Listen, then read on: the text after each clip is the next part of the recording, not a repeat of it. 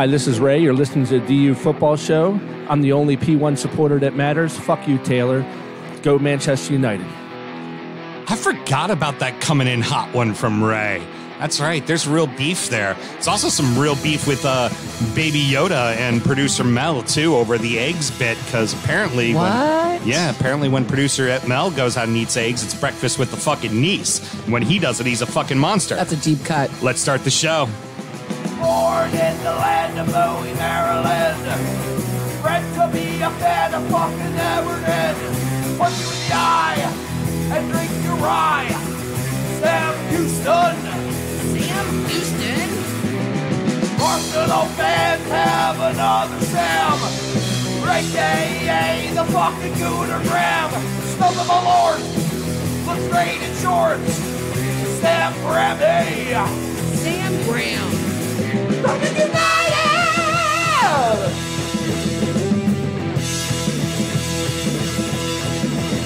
Fucking United!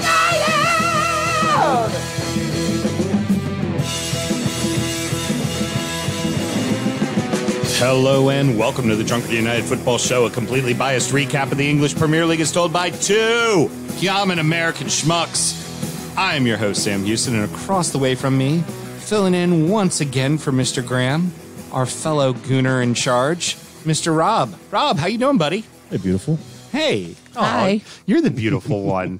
You're the Olivier Giroud fucking doppelganger with the beard and the beautiful. You know, we're recording at Studio H just outside our nation's capital. You can check us out on all podcast platforms. Be sure to rate, subscribe, review, and share with your footballing friends.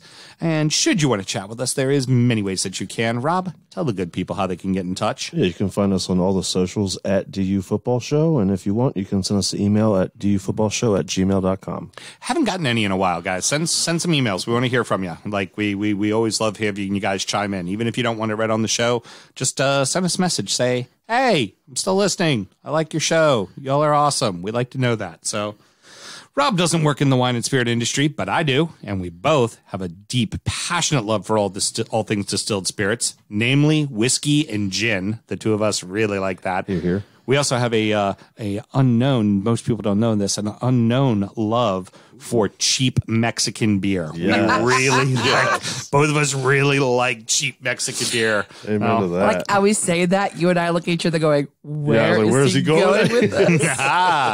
The consummate professional. What can I say? So as the red-blooded Americans we are, we vow to have a drink in our hand throughout this show and every single show. Rob, what we drinking this week? Yeah, we're drinking Michter's American Whiskey. It's a small batch, quote-unquote, American whiskey. It is aged and used barrels, bourbon barrels.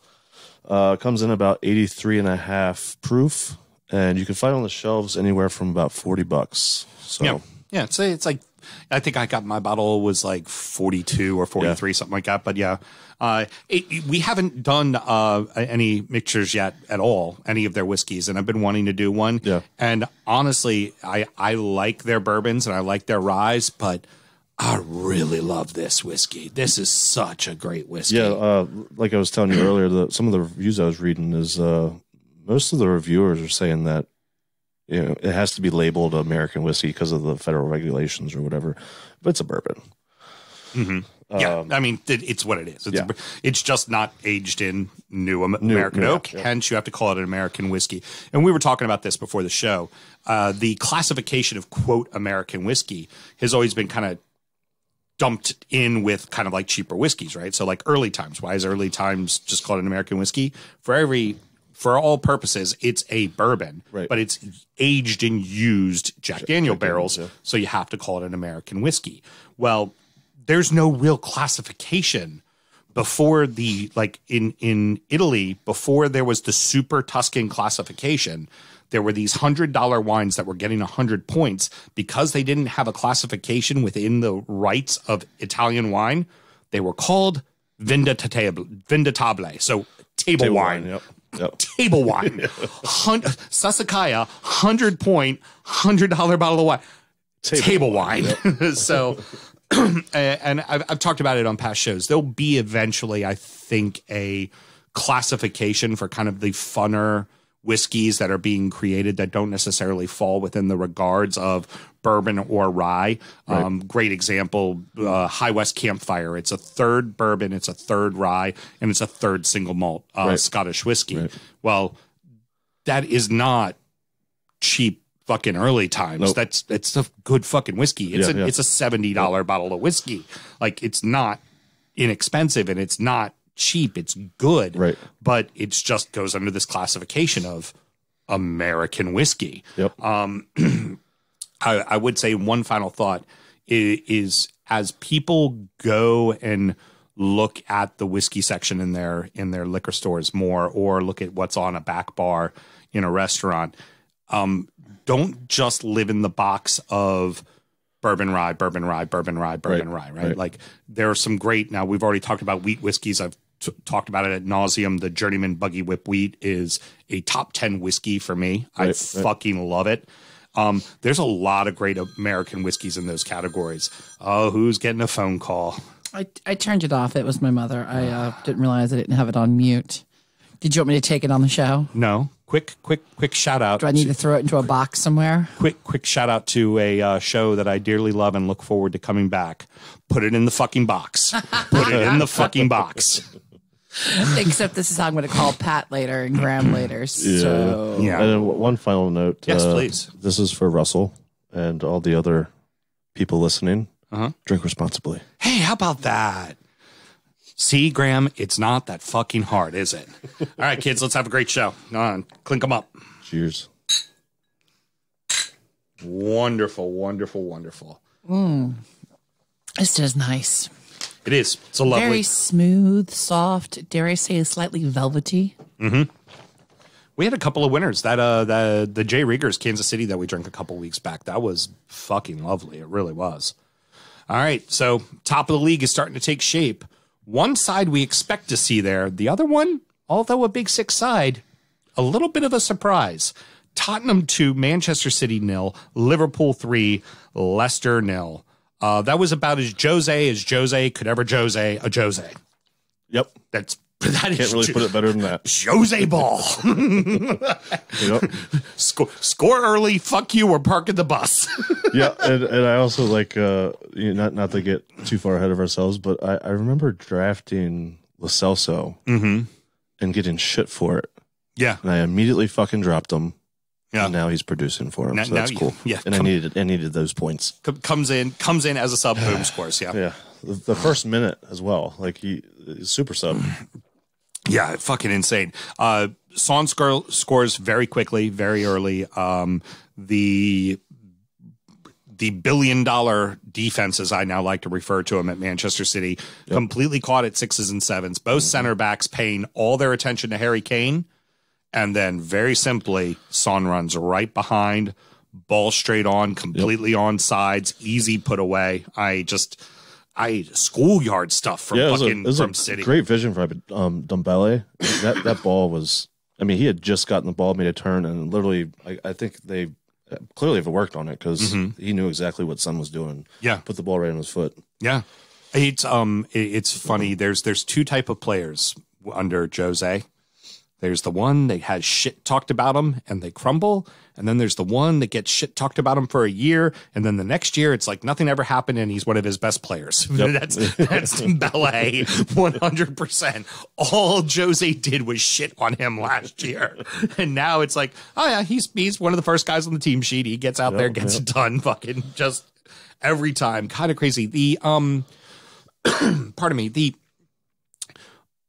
City, it's so odd to look at this team right now because they have all the opportunity to fix any hole they need to fix with whatever amount of money they want. It's there. It's just whatever they need. And like I said, this defense, you put all this money into this defense and they just capitulate constantly. Yeah. All this, like, you can't blame it on John Stones anymore. He ain't fucking playing. Yep. Like, you can't blame it on Otamendi anymore. He ain't fucking playing. You can't blame it on Fernandinho, who was playing out of position because everybody was hurt. You got the two guys you want. You got Laporte. You got Diaz. They're both pretty fucking good center backs for all things considered. Yep. Fucking shitting it. I mean, just boneheaded goals after boneheaded goals. Like, you just keep watching. You're like, how? Yeah. No, I totally agree. And you also have a hell of a midfield that plays defensively pretty well usually. And normally pretty good winning the ball in the middle of the field. Yeah. I mean, and Kevin De Bruyne had a pretty decent game, all things considered. But, yeah, it was definitely the Tottenham show. There seems to be a blueprint now, because this is what Southampton did last season when they beat City. I believe it was 2-0 or 2-1. The one where Che Adams did from like 40 yards out, chipped it up over Ederson's head. Yep. Park the bus and don't allow City to drive at you, right? Yep. That's the key thing. You can park the bus, but if you let them dribble at you, if you let them dribble to holes, they're going to make you pay.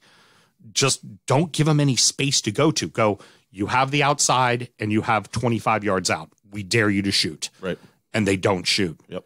And if there isn't the opportunity to have somebody touch the ball in the goal from 6 yards out, they're getting figured out. Really getting figured out. Yep. And Pep just signs a new fucking deal to continue coaching the club. I mean, I wonder if this is just posturing because everybody was bitching about it, or does he really want to be there to rebuild this project? Because it's talented. We still expect this team to be somewhere in and around the top 5. We expect that. Hell, we expect them to be top 4. We expect them to suddenly, and it start fucking working. Yeah. It isn't right now, but we expect it will. But this is not a championship caliber team. Right. Not at all. Yeah. Yeah. I mean, do you really think Pep wants to stick around and rebuild this thing and do it again? That's not normally his style. I don't know. I don't think I'd call it a rebuild just yet. I mean, they have a ton of talent still, like you said. Is it just complacency? Or are they? It could be. Are they getting in their own heads? Maybe. Like, I mean, they were at a point where they were hotter than shit. I wonder if if all attention is on Champions League for them. Just as players, is that where their brain is all they can think of is Champions League. Like, that really could be it. Because, I mean, let's face it, other than Bayern was an unstoppable train, the team that should have probably gotten there to face them was City, and City didn't get there. Right. You know, City ended up losing to Lyon, which was just amazing. It just kind of baffled. Yep. I'm about to ask painful questions, and I apologize in advance. If this was Graham, I wouldn't give a shit, and I'd make him answer them. Oh, boy. Spurs for real. Yeah, I knew where that was going. Yeah. They are for real. We talked about it a little bit before the show. Yeah. They're legit contender at this point. I can't help but think that. Yeah, and I mean, it's, again, I'm going to throw salt in the wound, and I apologize. If it was Sam, I wouldn't be apologizing, but I love you. You're a pretty You don't man. need to apologize.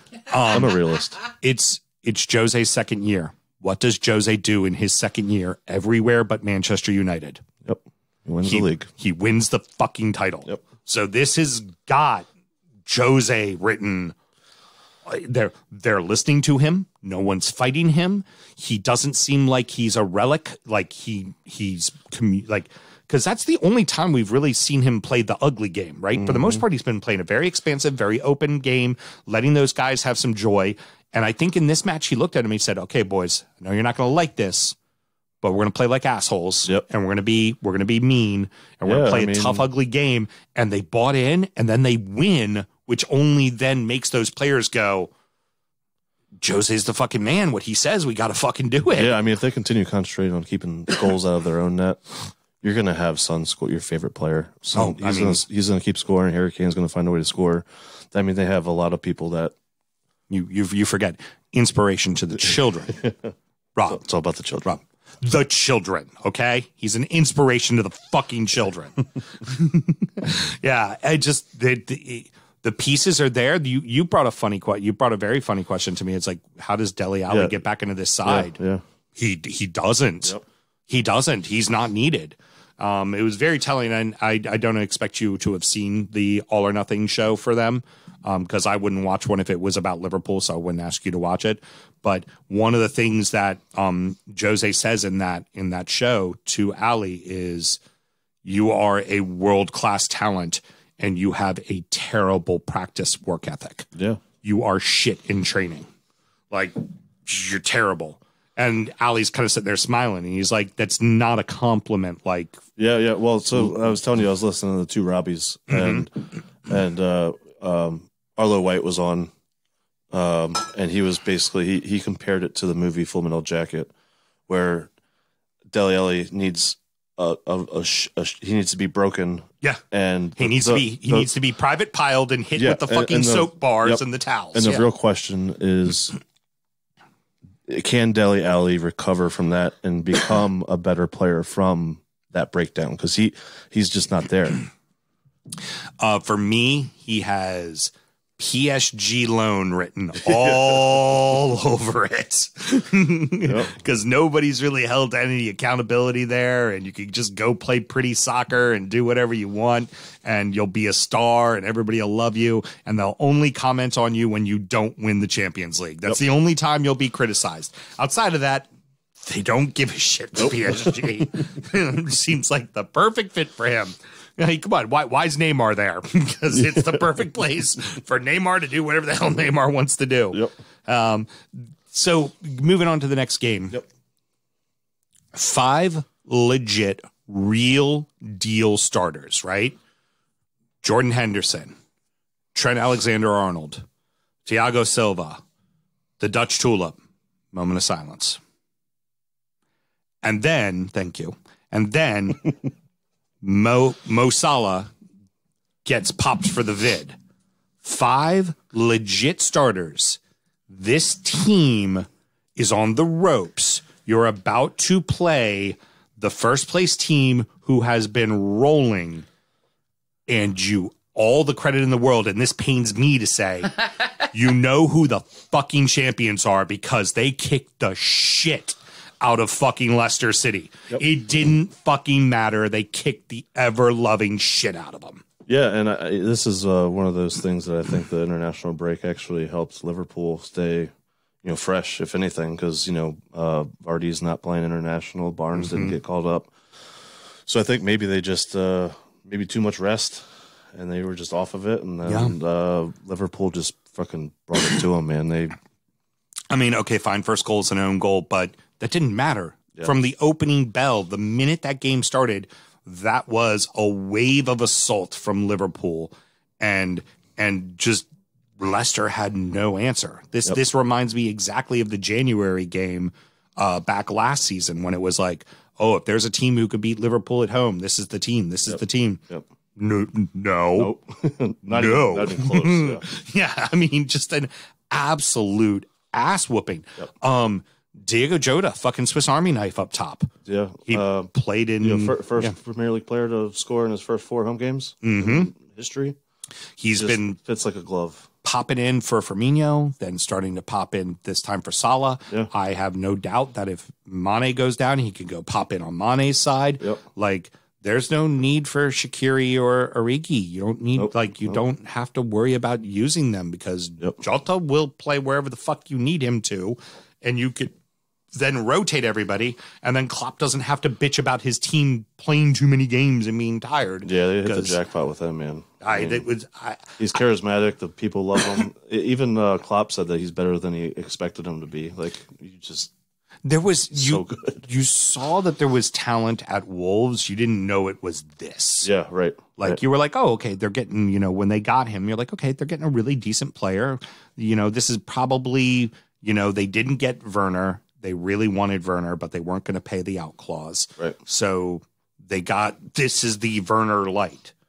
No, this is completely different. Yep. This is a guy who is plug and play wherever you need him to go, and fucking getting results. The goal was gorgeous. It was a gorgeous cross from Robertson, right on the head.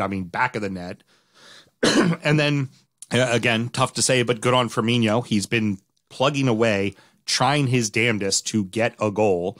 Fucking puts one off the post in this match, and then finally gets one. Bro, he's on my fantasy team. And when I saw that, because that was before he had the header later in the game. Right. And I just was like, you know what? This is my fantasy team. They just can't fucking score points. And when he missed that, I'm like, okay. Yeah. Well, damn it. And then he finally put that one in late. Alan and I talked about it. He gets a lot of guff from Liverpool supporters because he has on each side of him 20 goals and 20 goals. Yeah. And he ends up with, like 5 goals and 8 or 9 assists. And everybody's kind of like, oh, we need more. Well, you understand 20 and 20 happened because he is, like, there's so much attention brought to him that there's channels that open up so that those two guys can run into the box and pretend to get tripped and dive and fall and get a penalty called for him. But that's a whole nother topic. Yeah. Another time. Yeah. So, how much of a setback do we think this is for Leicester? Yeah, I don't know. I mean, I think we were talking about it earlier as well, the whole Brendan Rodgers effect, and what I think it really matters on how he approaches this next week. Yeah. I mean, if you see another lackluster performance, they're definitely in trouble, but I don't think you will. I mean, well, fortunately, they're playing Fulham. All they need to do is foul them in the box like crazy, and Fulham won't score. Even early in the season, there are must-win games. This weekend had a few teams that were in that scenario, and a couple of them did it, while one of them failed miserably. Brighton 2, Villa 1, West Ham 1, Sheffield 0, Burnley 1, Palace 0. We're talking about Villa, right? That didn't succeed in that? Well, no. Villa actually didn't need the win. Like, they did not need to get the win. You know who needed to get the win? Fucking Brighton. Because Brighton had been playing really good ball, but they were finding themselves short end of the stick, and they needed to win an ugly game. And you know what? Villa was the better side the bulk of the game. They really were. But Brighton figured out a way to get the fucking W, which they needed to do desperately. No, we just kept figuring out how to not score goals, but get really good attempts at it. How about fucking Danny Welbeck? Oh, yeah. By the way. Yeah, I know. You picked him up in fantasy. Valuable. Waiver wire. As soon as that happened, he goes, yes, fantasy points. Valuable. He even said that during the Everton points. game, like the one guy. Decorah Reeve. Yeah. So my 3 strikers, my second round pick, Gabriel Jesus, got me my 2 participation points. Well, back into Decorah Reeve. Score me fucking 13 points. That is the beauty of fucking fantasy football. Yep. That's how it always works out. I see some beautiful Malort being poured over there. I know. I thought I was going to let you pour it since I poured your shot last time. You can do that. You know he has a heavy hand on the pour. And I knew you'd be nice to me because I made sure to pour some back in the bottle and I over poured for you. I'm actually disappointed that it's him, not you. I think he's only doing it so he doesn't get abused in the morning. Yeah. Oh, you want to look at that? That is not. That's perfect. It's where the line fucking goes. No, it is where the fucking tails are. Is where the fucking line goes. I would say if your team didn't suck, you wouldn't have to worry about it. something. God, I was hoping Arsenal would lose too. Yeah. Something that they should have, but we they didn't did win. not. That's for sure. Yeah, no. Actually, and we'll get to that game. Yeah, Did anybody really win that game? I mean, not even in the draw sense. Like, no one won. That everybody lost that one. Yeah. The Anthony Taylor won that game. Yeah, precisely. The loss of Barkley, unfortunately, showed something. Oh, yeah. How important that guy is to the lineup. Yeah. Because the minute you lose Barkley, everybody goes, okay, go pay attention to Super Jack. Yep. That's all we got to do. We'll play Hack-a-Jack all day long. We don't care. And they did. They Yeah. did. Yeah. You know, now in nothing against Bernard Traore, who came in for him, the Lyon transfer. He actually had a fairly decent game. Yeah. I think Villa's got to be kicking themselves in the pants. They had a lot of very easy opportunities to score, and they had one that got cleared off the line, and again, it's not so much holding it against Villa. This was a must-win game for Brighton. Yeah. The way that the season has been going for Brighton, they were dangerously close to being at that bottom part of the table and being sucked in, and they needed to get a win. They fucking got it. Like, that's really that's kind of the point of this segment is looking at teams that need to get the win. They fucking get it.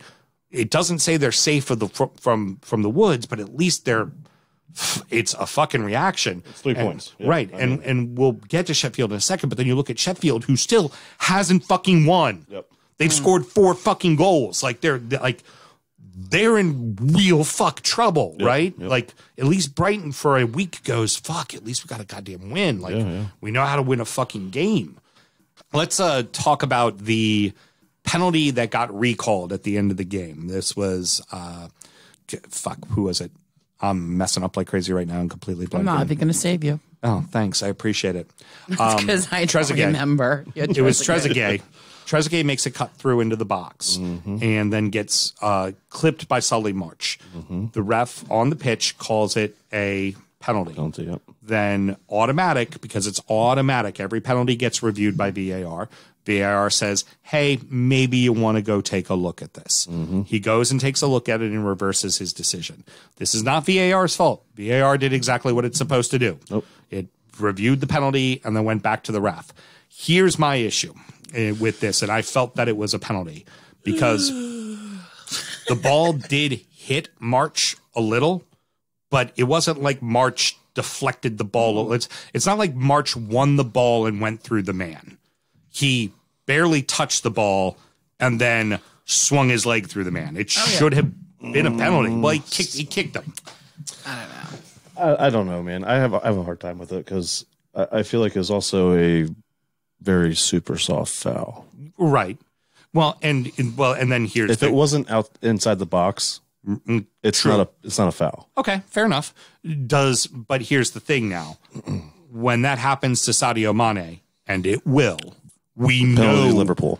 Will the ref have the courage to then go, no, Solly March, because guess what? Liverpool plays Brighton next week. So when Solly March does this to fucking Mane next week, which it will happen, does the ref have the courage to go, well, he got a piece of the ball, so no penalty? Or does he go, no, it's Liverpool, fucking penalty? Well, if it's Michael Oliver again, we all know what's going to happen. That's my issue within it. So we can't go screaming fuck VAR like crazy because in this instance, VAR did exactly the job it was supposed to. This is the referee's interpretation. And I think there'll also be, we're going to get into it later with another couple calls, that it's not VAR's fault. It's either the way the rule is written or the way it is being interpreted by the referee. But VAR is just bringing it to the forefront. Right. Mel, you can't escape it any longer. Do you have anything you want to add? No. I mean, it was fine. It was a very frustrating game. So frustrating. And I mean, you guys had scoring opportunities. Yeah, we just didn't capitalize on better it, side. and it's fine. You were the better side, clearly. It seems that we only play as good as the team we're playing against, and this was one where I was convinced we were winning. Unlike every other game, I thought we weren't going to win, and it's the only one that the Sports Power Index had. So far this season, the only one the Sports Power Index favored Aston Villa. Fuck it. All right. So I also think there's real quick. There's sweet poetic justice in this game sometimes. And for losing to freaking Brighton. No. Let me finish. Okay. After, I believe it was right after they called that not a penalty. Right. Somebody cracked Jack Grealish hard. Oh yeah. Real hard. It felt good. It felt good watching it. I fucking hate that man.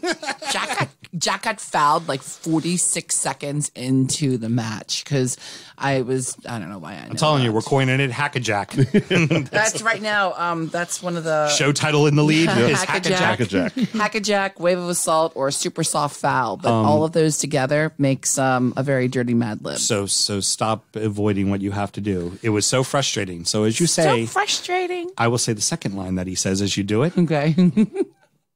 And your method explodes. Anybody seen Beer Fest? You know that bit. Sam Graham will not. She almost threw that shit up on your brand new board. Okay, so as you're saying that, I know it's coming, but the way you say it always makes me laugh, and so I'm doing the shot. He so says frustrating. And so I've got the Malort in my mouth, and I can't swallow it. So frustrating. I can't swallow it. So that awfulness is just marinating on the back of my tongue. And in your mouth it explodes. All I'm thinking is, don't come out my nose. It's going to hurt. Don't come out my nose. It's going to hurt. Did it make it any worse or better? It made it so much worse and better at the same time. All right. So irons and blades. This should be an O, so that happened, but it's more part of the greater topic for me. Irons and blades play a flat out ugly match. I mean, it's just was not attractive football. It was not fun to watch. I was nodding my head off. It was not a good game to watch. But West Ham did exactly what they needed to do. They got the fucking W, right? Yep. I am now on 100% on the bandwagon, and I said this with Watford last year, even when Watford dug themselves out. I am 100% on the bandwagon. Sheffield going fucking down. Yeah. They have 4 goals in 9 matches. 4 goals in 9 matches. Say that again. 4 goals in 9 matches, and they have 0 wins in 10 matches. They are 0-10 for the season. This is one of those ugly games you gotta fucking win. Yep. And they're fortunate they can have a short memory, because next week they play West Brom, and they desperately have to win that. The problem is West Brom actually has a taste for a few points, and they've gotten a few.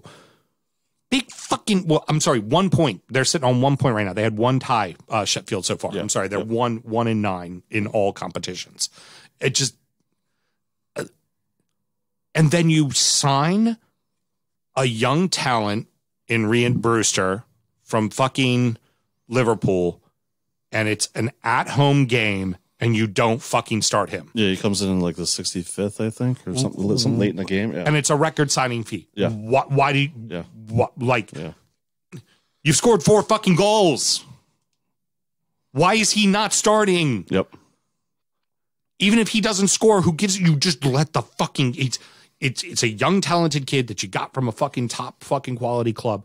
Let him fucking play. Let him fucking play, for the love of Christ. Yep. Like, what do you have to lose at that point? I'm baffled. I'm completely baffled. And Chris Wilder is one of those type of guys. I don't see them firing him anytime soon.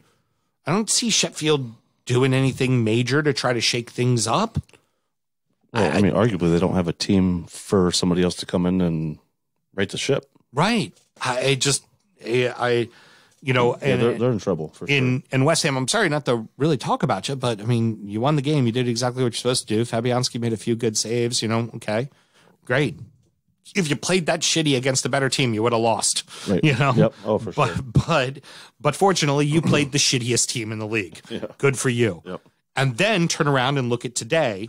Palace doesn't have Zaha because Zaha, I believe, also popped for COVID, or might have just been sick. I'm not 100% sure. So that's allegedly. Sorry. But Zaha doesn't play because he's sick. Burnley scores early in the first 8 minutes, figures out a way to, just Burnley it, pack it in, play old school Burnley ball. Don't let Palace get an opportunity to score and find a way to win. Again, not a pretty performance like Brighton. But you got the fucking win. Right. Like, Burnley is now out of the drop zone. If Burnley would have lost to Palace 1-0, I would be saying the same things I'm saying about Sheffield, I'd be saying about Burnley. Right. Absolutely. Yep. No, I agree. Yeah, they ended up, Chris Wood ended up getting the goal for Burnley. I mean, trust me, it was not a very fun game to watch. And, for Palace, I think you now discover precisely how important Zaha is and what he means to that side. Even if you have, because they had both Michy and Michy Batshuayi and Jordan Ayew out there, and Eze was on the pitch and Townsend was on the pitch, so they had plenty of talented players, but it ain't Zaha. And you got to be disappointed if you're Palace, because this is one you figured you probably should have fucking won. Do you think they should be playing Benteke more? No, I do. I mean, just because he's on my fantasy and he hasn't done shit. There's a reoccurring theme for Rob. My shitty fantasy team by Rob. Exactly. Oh, my God. Rounding out the rest of the league. And so that happened. Chelsea 2, Newcastle 0. Man U 1, West Brom 0. Everton 3, Fulham 2. Leeds 0, Arsenal 0. Wolves 1, Southampton 1. Chelsea very, very quietly now sitting right around the top of the table. In fact, had the top of the table spot on early on Saturday. Defense seems to be getting it right. The goaltender's bedded in. It just seems like suddenly Chelsea doing what Chelsea do and just consistently playing. Yeah, I mean, Frank Lampard said it best, I think. It's the most professional game they've played all year. Yeah.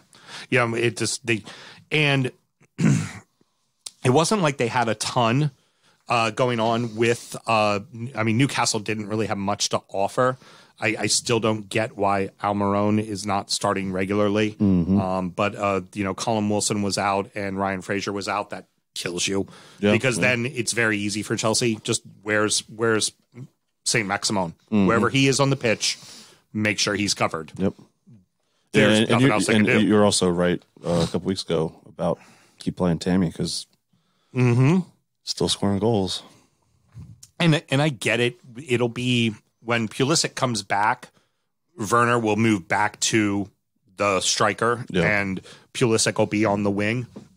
I expect that, but I really don't see the need to play Havertz a ton. Use him in Champions League. You're playing Champions League ball, and you've got all this depth. Use the depth there, you know? Yeah. Let Giroud play Champions League ball. Let him start every fucking Champions League game. He's a more than capable striker, you know? So beautiful. Yeah, he is beautiful. He's a very beautiful man. He's got an amazing beard and a big meaty forehead. But we saw him from 8 rows away, and both of us went, "Damn, he is really attractive."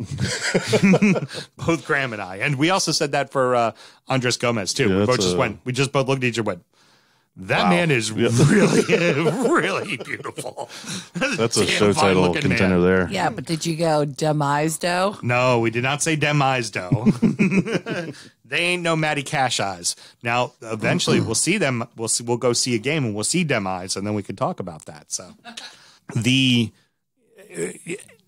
Chelsea, like I said, it seems like everything's starting to click. The team's starting to come together. I think where there's a lot of people who bitch and moan about, this would be Liverpool and Man United and Man City bitching about the heavy work schedule. You see teams like Arsenal and Chelsea and Spurs seeming to work it just fine. They've got their guys who play Europe. They got their guys who play in the midweek. Some of their guys play both, but those guys, you know what? They're workhorses. We expect them to, you know, and it seems to be working for them. And then this coming weekend, we're going to have a big one. It's going to be the old Jose Derby. It's going to be Spurs versus Chelsea. And that's pretty much for the bragging rights early on, Yep. I think Chelsea's finally gotten the yips out of their system after those couple of 3-3 draws. Now let's see how they play against Spurs. This is where you ask a lot of a young manager like Frank. How do you perform against Spurs? How do you perform against Chelsea? I mean against City. How do you perform against United? How do you perform against Leicester? Or how do you perform against, say, Everton, who's playing well? How do you perform against those teams will really ultimately determine it. But they're not giving up dumb points to teams they shouldn't be giving up points to, which will be big. Manchester United won, West Brom 0, in a game where, again, to quote what we said about the Arsenal-Leeds match, a game where everybody lost. It should have been 0-0, in my opinion. Yeah, well, and there was yet another situation where where the ref on the field called a penalty. VAR said, "Hey, you should take a look at this." Ref took a look at it and then reversed the penalty. And this was Bruno Fernandes, which, by the way, if Bruno Fernandes is inside the 18-yard box for Manchester United, instead of covering the ball, the defenders should physically pick him up and take him outside of the box. because he's just going to foul somebody. Yep. It's what he does. Do not have Bruno Fernandes inside your 18. It's going to equal a penalty. Yep. And he gets away with it too with he caught Gallagher, but somehow caught a piece of the ball, like a small piece of the ball. And they say, well, he got the ball, so we're overturning if that was Gallagher on Bruno Definitely at the other end of the pitch, is that a penalty? And then a minute later, penalty called for a handball where the defender turns his body, his arm's sticking out a little, but his arm's tight to his arm is tight to his self. It's still a natural position. But his hand is a little off of his chest. Yep. And he's turning and the ball hits his hand. The ref doesn't. It's to protect his face because he's trying to block the shot. Right. And then the cross. And then the ref, who just looked at the monitor, does not go look at the monitor and go, no, absolutely, it's a penalty. Like, yep. Just for pomp and circumstance, you walk up to that fucking monitor, even if you have your mind made up. Like, just the aesthetics for that leads a team to be able to file a complaint and go, well, clearly he looks at the monitor when he wants to, and he didn't feel he needed to here when clearly our guy's hand wasn't in an unnatural position. It needs to be an all or nothing thing. And then it gets better. Yeah. And then it gets better because the soccer gods look down upon that foul, and that's when a keeper makes a brilliant save. Yeah, and Sam Johnston makes a brilliant save. Yeah, you had Bruno Fernandes having a seizure on the way up to the ball, though. Right, and thus making Sam Johnston step off the line early. Yep. Retake, goal in the back of the net. Yep. The keeper actually took to Twitter and talking about the match and said, why should Bruno Fernandes be allowed to hop, skip, and jump before he takes a kick? Yep. And I would very much agree. I know the rule says you're allowed to do it. Yep, I agree. But if we are now going to hyper-analyze how quickly a keeper comes off the line, you need to understand the only reason why he came off the line early is because Bruno Fernandes jumps in the air before he kicks that ball. Yep. You're going to need to start to say, you can take as many small steps as you want, but there's no stopping, there's no pausing, there's no jumping, skipping, hopping, whatever the fuck he was doing. You need to go directly through the ball and kick it because that is him intentionally trying to make the keeper come off the line. And what's the repercussions for him is he takes the shot, the keeper makes the save, the keeper gets called for coming off the line. There's no repercussion for him. The repercussion for him is, I get to take it again. Because if I scored, I scored. Great. If I don't, doesn't matter. Right. This definitely, oh my God, it definitely needs to be looked at. I agree. And I feel for West Brom. That should have been a point. It should have been a point. They played well enough. They deserved a point in that match. And Manchester United did not deserve to win that game. They looked like dog shit. Yep, I agree. They didn't fucking deserve it. It was just honestly embarrassing. I agree. All right. So the early morning had Everton returning to form. I don't want to get too deep returning to form? Yeah, because they fucking won.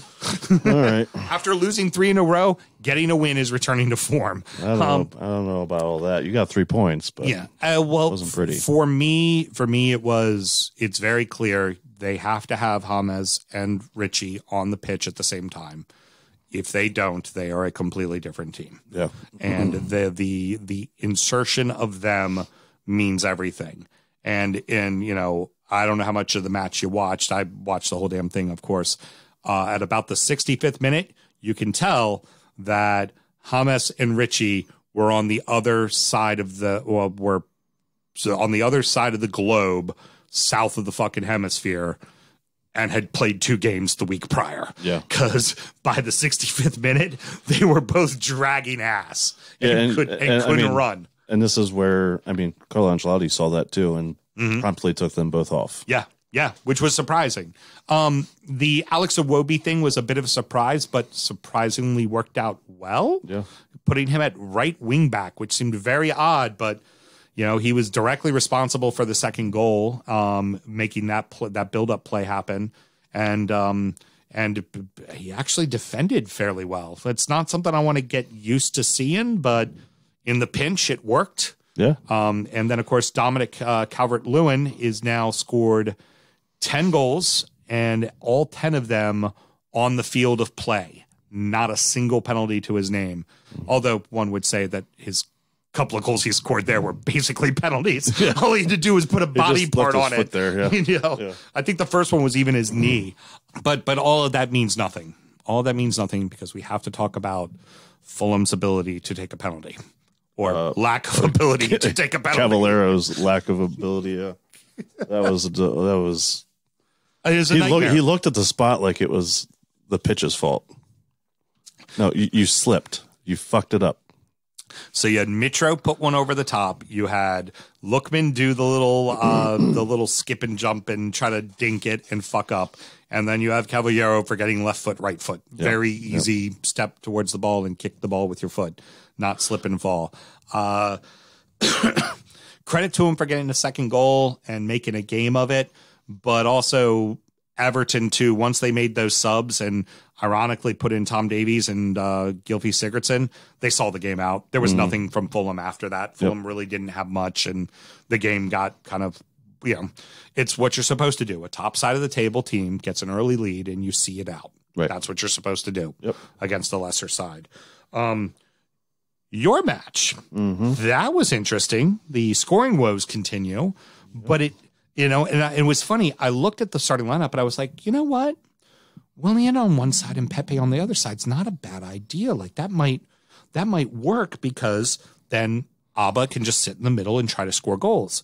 And then both of them kind of play like dog shit. And then you make the sub for Willian at halftime, and then you bring in Saka then? Yes. And suddenly things are really starting to open up, and then Pepe has to go and be a fucking moron. The Saka sub was after. Okay, it was after. But it was the one for Willock. I'm forgetting. Saka came on for Willock. Okay. The Reece Nelson came on for Willian. It was Reece Nelson. Before the red, Yeah. And it seemed like there was impact to the game. Like you looked like you were on the door. It looked like the goal was coming. And then Pepe has to go and be a fucking moron. Yeah. Just a boneheaded move all around. I don't care how much somebody's antagonizing you. You can't obviously lead with your head and touch them. It doesn't matter how hard you do it. You put your head to another player's head and push. It doesn't matter how you do it.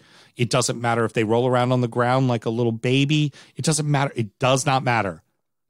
Straight red, go directly to jail, have a nice fucking day. You're off the pitch. Like, how can you let yourself do that? Yeah. And frankly, Timmy Howard after the match, very scathing of it. He was like, he needs to apologize to the whole fucking team. And Arteta needs to put him on the bench for a while because Pepe was the one who came out and said, well, world-class players have to play and we need to be on the pitch and we need to play. Right. Well, he put you on the pitch and then you did this bullshit. So now you need to sit on the bench for a few fucking weeks. Not very world-class, that's for sure. Because there's plenty of kids who have not bitched and moaned about not playing who clearly showed they had an impact on the match that guess what? They need to start fucking playing. Oh, for sure. Yeah, we could have easily lost that game. I mean, Bernd Leno had a couple of ridiculous saves. I know. Go figure. The vaunted Arsenal defense actually came through. Yeah. Defense looked great. Keeping looked great. Like, you shut them down. Leeds can't fucking score. Leeds has got to be kicking themselves. They sure. got to feel like they had too many opportunities. There for sure. Yeah, that's one they've got to be kicking themselves for. And I am sure Bielsa will have some very, very strong drills for them on finishing this next week. Yep. There will definitely be that. All right. Final one had Southampton and Wolves for the final game of the day.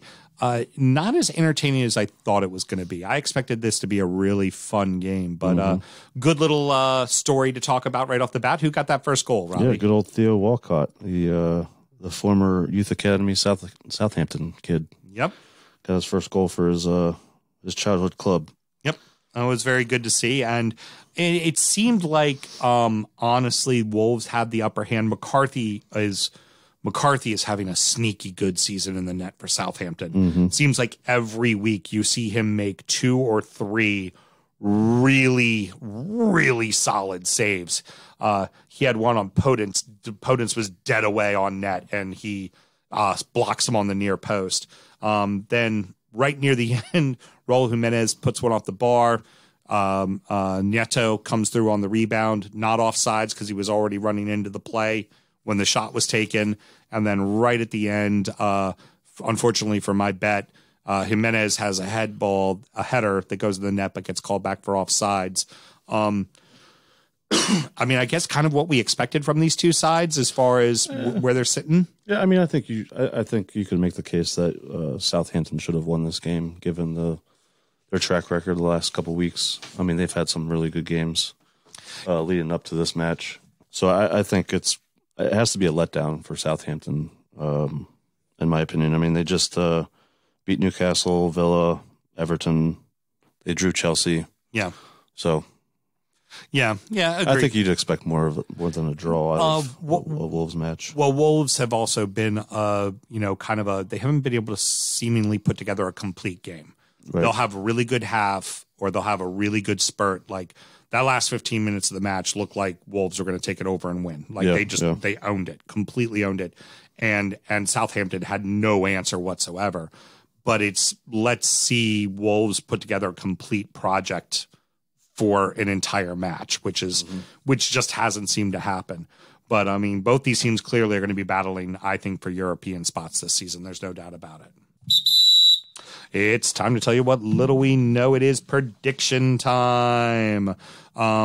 We all missed. Well, I think Pat hit, but I haven't been keeping track of Pat's shit. He has to keep track of it because he's doing so many bets. It's like a bet within a bet. It's like the inception of fucking gambling. It's fucking Pat right now.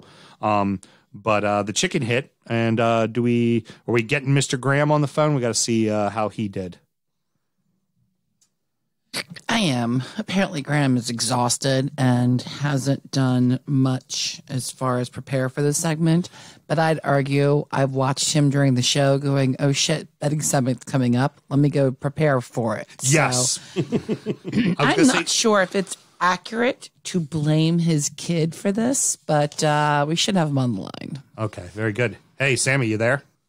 Oh, I'm here, buddy. Oh, yeah. Oh, so Mel said you're not fully prepared. This is different from you normally thumbing through your phone ferociously while I'm trying to fill for you as you pick a bet. Like, how are you any less prepared than that? I'm fully prepared. Okay. I'm prepared. You know what? You know what? Yeah. Hey, Rob, why don't you go ahead and give your bet first? Let's have Sam listen to someone. I came to the show prepared. Thank you. Yeah, how about that? Sam's gonna love this bet too. By the way. Okay, go for it. All right, let's hear it. I'm putting my hundo on Tottenham to beat Chelsea. There you go. Hey, it's plus 270. You know, I mean, I like the odds. That's not bad. And Jose's in full flight right now. Yep. Well, loving every second of it over there. I think you would agree. We talked about about that match, and I said that was a Jose that Jose could ever Jose a Jose. Mm-hmm. Yeah, big time. Just like Burnley today. Couple of vintage performances this weekend. Yeah, I know. That was totally a Burnley performance. It was including Arsenal. Boring Arsenal. Right back. Yep. So bunch of cunts. So Vardy couldn't score for you, nor anybody could score for you as far as Leicester was concerned against Liverpool. So that had you miss your bet. So what are you at? What are you now at? Minus what? You told Pat to take care of his stuff, not me. You're still supposed to be my admin. Okay, so I'll go back and look it up. You should be probably around the 500 range. No, I think I'm about 430. I think I'm down. Okay, so you fucking know. So next time I tell you what your fucking money is, fucking tell me what your fucking money is. I said I think. First. Second, there's a record of you telling Pat to do this for himself and not me for myself. So okay. Very be well prepared, sir. Thank you. Oh, I'm so sorry. I'm so sorry. Anyway, it takes a month off. Go ahead. Don't worry, Graham. I'll punch him later. Let's get back to the feature. I am going to go full out that shit fucking crazy because I am COVID fatigued. Mm-hmm. And I have all sorts of red string and push pins all over my bedroom. And I'm going to go for a three-way parlay with Leicester to beat Fulham, fairly simple. Mm-hmm. Liverpool to beat Brighton, also quite simple. And Tottenham, Rob, to beat Chelsea as well. Yeah. And oh, my God. That gave me the plus jackpot, my friend, plus 7 7-7 on the three-way parlay. All right, that's very crazy. I hope Chelsea Lucky fucking number rots 7. them. I think that's going to be good. Tottenham's going to end up fucking me in the ass at the end. Yep. But it's a good time. So what are you going to do? All right, so Rob, here's a reference you'll get and he won't get, as Frank Black of the Pixies sung in Monkey Gone to Heaven. If man is 5, then the devil is 6, and if the devil is 6, then God is 7. Hey, is that band that sang Mr. Brightside? All right, jack off. I thought I saw that on a playlist this weekend. Apparently, if you search Spotify, songs that get white people going is a public playlist, and Mr. Brightside is the first song on there by the Pixies. No, by the Killers. Killer. Oh my god! Is this a real conversation? Well, why don't you take another month off, Sam? All right, so I'm looking forward to you coming back next glad this week. isn't a music podcast. Oh, I'll be there next week. I'll be there next week. Also, check out our spinoff show, Sam's Music Picks, and I'll go through all sorts of wrong ass shit. Wow. Leave all of that bullshit in. Sam, we'll see you next week in studio, good sir. Love you, bro. Peace out. Love you too, Rob. Bye. Sam, go fuck yourself. No, I miss you. I'll see you next week. Thank you. I was wondering if I was going to get any sort of love. Love you too, Graham. Bye. All right. See y'all later. All righty, that was really piss poor. All right, go ahead. Let's go ahead and Mr. Pat is not going to be able to. Did he say he's going to be able to call in this week? Okay, excellent. Very I'm good. calling him right now. Lovely. Yeah. So yeah, Graham, just fucking Graham. He's Graham. Do you want me to play his music or just let him start talking? Oh, if he's on, go ahead. Well, let's go ahead and give him his music.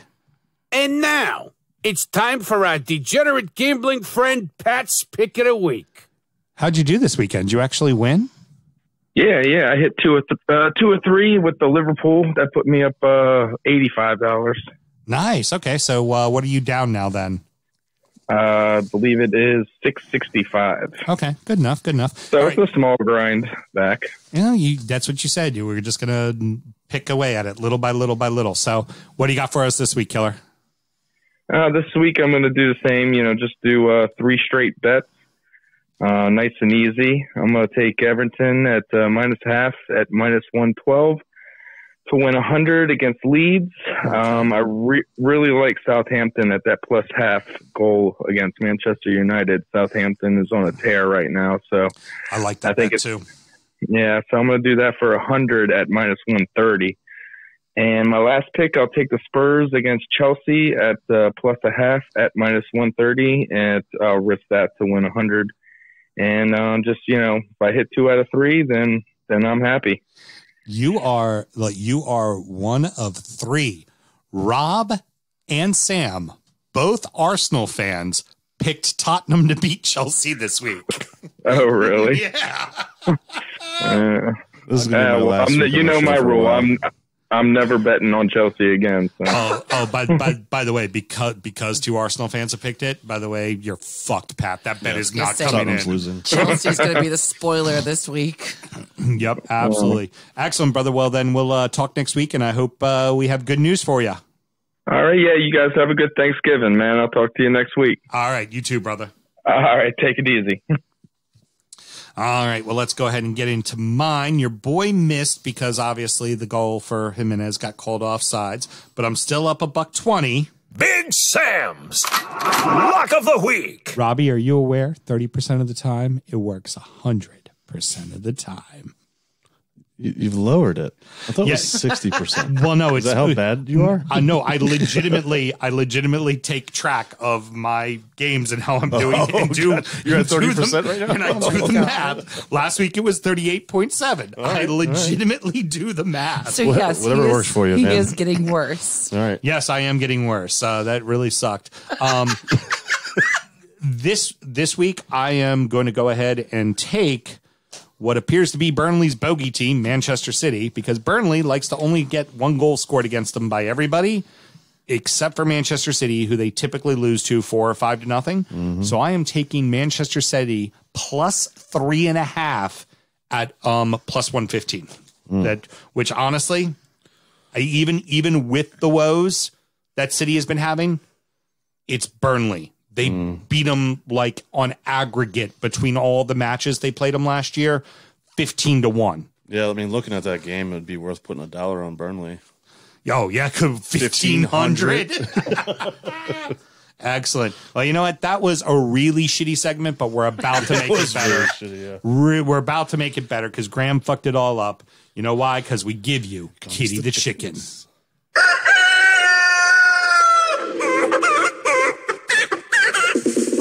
All right, so Kitty is back to her winning ways and is now 4 over 5. So this week, I gave her Liverpool heading to Brighton. So Kitty quickly jumped in the coop and pulled out her iPhone and showed me a picture courtside at the bubble with LeBron celebrating the Lakers' NBA title. How'd you get into the bubble?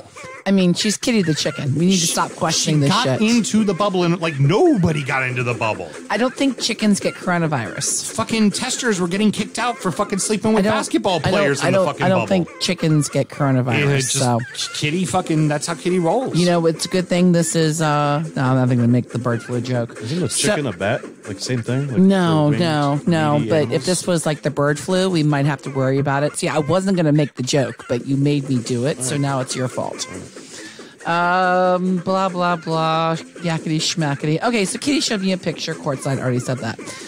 Now we know Mr. James is part owner of Liverpool, and so Kitty picking the Reds. Oh, that's it? Nothing more complicated to this bit this week? Nope, nice and simple. I appreciate that. They can't all be winners. I was prepared for tongue twisters or random flying and meeting and shouting stuff. And it's really great. In its simplicity, it still confused you and fucked you up. I'm all prepared for like something more complicated, but no, Kitty is simply picking bet. Liverpool to win. A risky bet, huh? Bit accomplished. Well, you know what else is a bit? What's or it's not a bit? What? You know, the whole rule of remembering to always gamble legally and responsibly.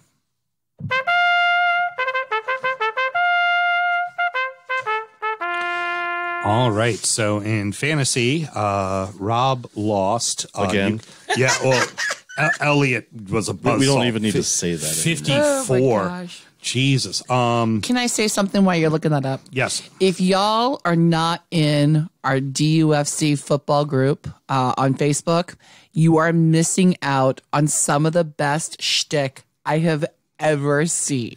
All the memes. The meme war going on from Mr. P1 himself, Taylor, has been freaking fantastic.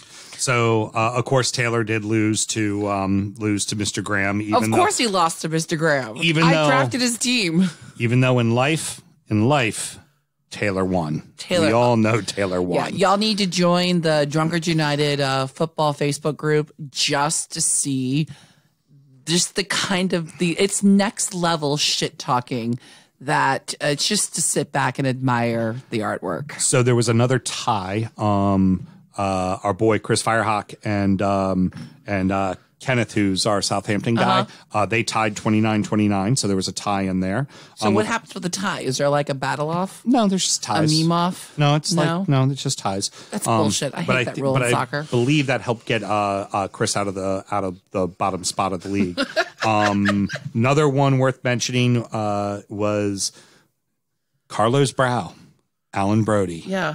Finally goes down. He finally lost. He's not invincible. Loses to Big Dunk's Love Train 44-28. Welcome to the sewer, kid. Now all of this means nothing. Why? Because right when I was saying about please email us, we haven't heard from you in a while, I get a fucking email from Taylor. It's like from down under my taint, he just knew. He knew. And he wrote a Was the email about your taint?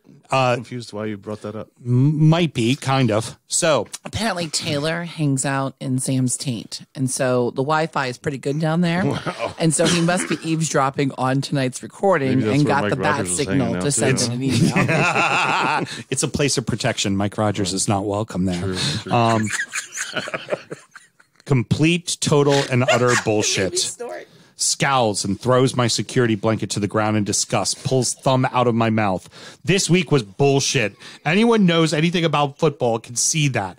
I mean, the refs withheld several obvious calls, while maybe not necessarily accurate, would have benefited my team. And if I would have been allowed 5 substitutions, which is more benefiting for a club of our stature, things would look different, a lot different right now. Plus, I don't understand how you are expected to play so soon after our last match 2 weeks ago. It's so unfair. And that fucking wind. Oh my God. How are you supposed to play in those conditions? Never mind the fact that Sam Graham didn't even water the fucking pitch at halftime. If you don't see why that was detrimental to my chances to win, you obviously don't know anything about football. Whatever, man. Whatever. I just hope the pro Arsenal agenda enjoys next year in the championship, while they have been lucky to have had the honor to play a team such as mine. Thrust thumb back in the mouth, almost chipping my mail order veneers, picks up my whoopee from the ground, dragging it behind as I storm off into the tunnel. I don't know who to give a golf clap to with that one. Taylor for the email or Sam Houston for the read. Good God. Just give them both like some snaps. Taylor, sometimes I just get you, brother. Sometimes I just get you. Can we go back Holy to shit. the Drunken United page? Mm-hmm. So I need to call out John S. All Okay. right. He's a What up? fucking asshole. Okay. Otis Anderson is What do you his do? nickname. What do you do? This is a fresh meme that he just posted about 8 minutes ago. Okay. And it's a picture of oh, I forget his name. Rob Schneider. Rob Schneider. You can do it. In the water boy with Mikel Arteta's head behind him. And the caption is Oh, no. August, win the FA Cup and Community Shield. September, win their first 2 Premier League games. November, 11th place, no league goals and an open play for 476 minutes. You can do It it. says, "Oh no, we suck again." Man, All right, Pretty that's pretty brilliant. good, John. brutal. That's pretty good, John. All right, so that's going to about wrap it up. Robbie, any parting words for us? I don't. I just need to go down to the pits and find my fantasy team to be relevant again. Hey, hopefully you don't come in last place, Yeah. because if you come in last place, we're now going to go ahead and make a Fuck, FanDuel. fantasy golf. Yeah, fantasy Yeah. golf. I think that'll Good be thing I brilliant. like golf. Yeah. It'd be brutal, though. What'll be brilliant is just that you have to write up a recap every week on the Drunken Unite FC page, Yeah, that'll be so fun. we can all shit on you as you write it, Yeah, which no will worries. be brilliant. But my So- parting words are thanks for having me on again, guys. Absolutely, buddy. Always It was a great to pleasure. have A you. lot of fun. Great to have you. Okay, well, that's going to wrap it up for this week, boys and girls. It's a good Next- thing there's more. Yeah, there's more. Yes. Where Is can we there more? Where can we find Where can Drunken we United find on? more? This is The normally injury where I time. lead it to you, but go Yeah. ahead, Rob. Tell us about injury time. You can find Injury Time for the people that subscribe to this, like myself and like Sam Graham, at patreon.com/DUfootballshow. Lovely. Couldn't have said it better myself. All right. Till next week, everybody. Bye.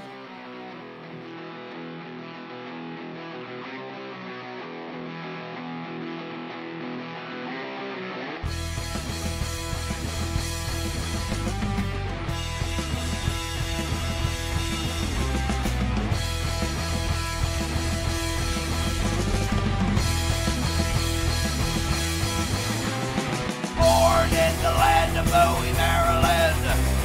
Bred to be a fan of fucking Everton. Punch you in the eye and drink your rye. Sam Houston. Sam Houston? Arsenal fans have another Sam. AKA the fucking Gooner Graham. Snub of my lord. Look straight in shorts. Sam Grammy. Sam Graham. Drunken United!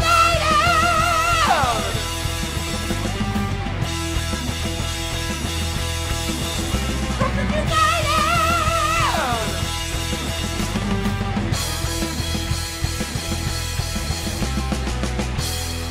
fucking mute button.